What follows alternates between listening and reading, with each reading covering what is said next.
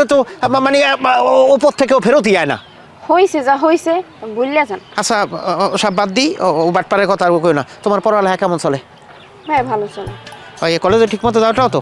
হ্যাঁ সব ঠিক আছে। শোনো, তুমি আমার স্বাস্থ্য বই নইলো, তোমার কিন্তু আমি আপন ছোট বইনের মতো মনে করি। এই দেখো আমাদের ভিতরে এত জায়গা জমি মারামারি এত লক্ষ্য করছো, দেখছো কই কখনো কোনো সময় তোমার আদর থেকে দূরে রয়েছি? আদর স্নেহ ভালোবাসা দিয়া বড় এই পর্যন্ত আসছি না? হ্যাঁ ঠিক আছে, সেটা আমি জানি। ছোটবেলা থেকে আপনি আমাকে অনেক ভালোবাসেন, আদর যত্ন করেন, আপনি জানি। হ্যাঁ এই কথাই যেন মনে থাকে। তবে ওই বাটপারের মতো যেন তোমার কোনো সময় কোনো জায়গা থেকে কোনো একটা খারাপ কথা না আসে, যে ওই রত্না অমুক জায়গায় দিয়ে আসছে, অমুকের সাথে কথা বলছে, হ্যাঁ অমুক জায়গায় যাইয়ে বসছে, এইসব কথা যেন আমাদের কানে না আসে, ঠিক আছে? কারণ কি, তুমি একমাত্র আমাদের গোষ্ঠীর এবং আমার একবারে স্নেহ খুব ছোট বোন। তুমি পড়াশোনা করবা ঠিক মতো, আর কলেজে ঠিক মতো যাও তো। প্রাইভেট পড়ো? কোন কোন সাবজেক্ট পড়ো? অঙ্ক ইংলিশ পড়ি দুইটা।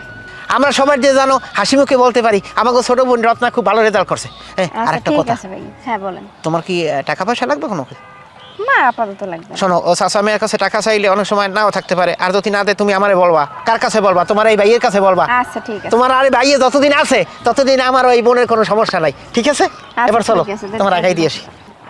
আর ওই যে ছাড়গো প্রাইভেট কি অঙ্ক পড়ো? হ্যাঁ অঙ্ক ইংরেজি। আসসালামু আলাইকুম মেম্বার সাহেব। ওয়ালাইকুম আসসালাম। মেম্বার সাহেব মুই তো আপনার দ্বারাই যাইতেছিলাম, মানে দেখা হয়েছে ভালোই হয়েছে। আমার দ্বারে কি এই অবেলায়? মানে বিচার করা লাগবে আবার। বিচার? কার বিচার? ওই যে ওই হাসেম ভাইয়ের ছেলে জহির, সে তো আমার মাইয়া এই রত্নার লাগে মানে বদমাইশি করছে। সে আমার মাইয়াকে রাস্তায় একলা পাইয়া হাত ধরে টানাটানি করছে। তুমি কও কি? জহির তো একটা ভালো পোলা বললে আমি জানতাম, আর জহির এমন কাজ করতে পারবে এত আমার বিশ্বাসই হইতেছে না। কে মেম্বার সাহেব, কি লেগে বিশ্বাস হইতেছে না? জহির কি ফেরেশতা নাকি? ও খারাপ কাম করতে পারে না? হ্যাঁ, আরে আপনি আর বিচার করবেন কিনা সেইটা বলেন। আপনি যদি বিচার না করেন তাহলে মুই এই বিচার লাই চেয়ারম্যানের দ্বারা যাবো, হ্যাঁ না হলে যাবো এমপির দ্বারে, হ্যাঁ না হলে যাবো ওই মন্ত্রীর দ্বারে, হ্যাঁ যদি না হয় শেষ পর্যন্ত আমি ওই প্রধানমন্ত্রীর কাছে যাবো।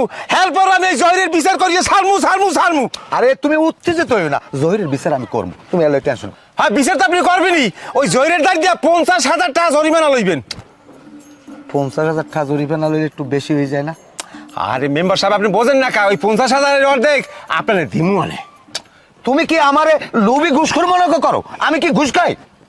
আরে না না, আপনার ঘুষখোর কিনলে কি মনে করবো? আমি আপনাকে চিনি না? হ্যাঁ, আরে খুশি হইয়া আপনাকে আমি অর্ধেক হাদিয়া দিয়ে দিই।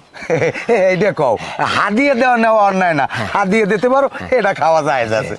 তাহলে আপনি কখন বিচার করবেন? শুভ কাজে দেরি করতে নাই, বিচারটা আজগুই করবো।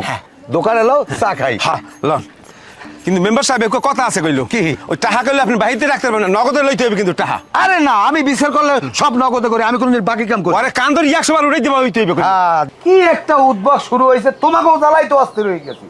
একদিন দুই দিন পর পর তোমাকেও সালিশি করতে করতে আমার চান্দি শুদ্ধ গরম হয়ে যায়। এই গ্রামে আর কোনো মানুষ নেই, হ্যাঁ প্রত্যেকটা তোমাকে সালিশি করা লাগবে। কিন্তু মেম্বার চাচা এই যে কথাবার্তা বলছে এইটা হলো সম্পূর্ণ মিথ্যা। এই কি করছে জানেন? এই রাসেলের বিচারের প্রতিশোধ নেওয়ার জন্য ওরা আবার নতুন ধরনের একটা কাহিনী গড়াইছে। মেম্বার কাকু, আমার স্বামীর চরিত্র ফুলের মতো পবিত্র। আজ পর্যন্ত কোনোদিন দেখি নাই কোনো মাইয়ের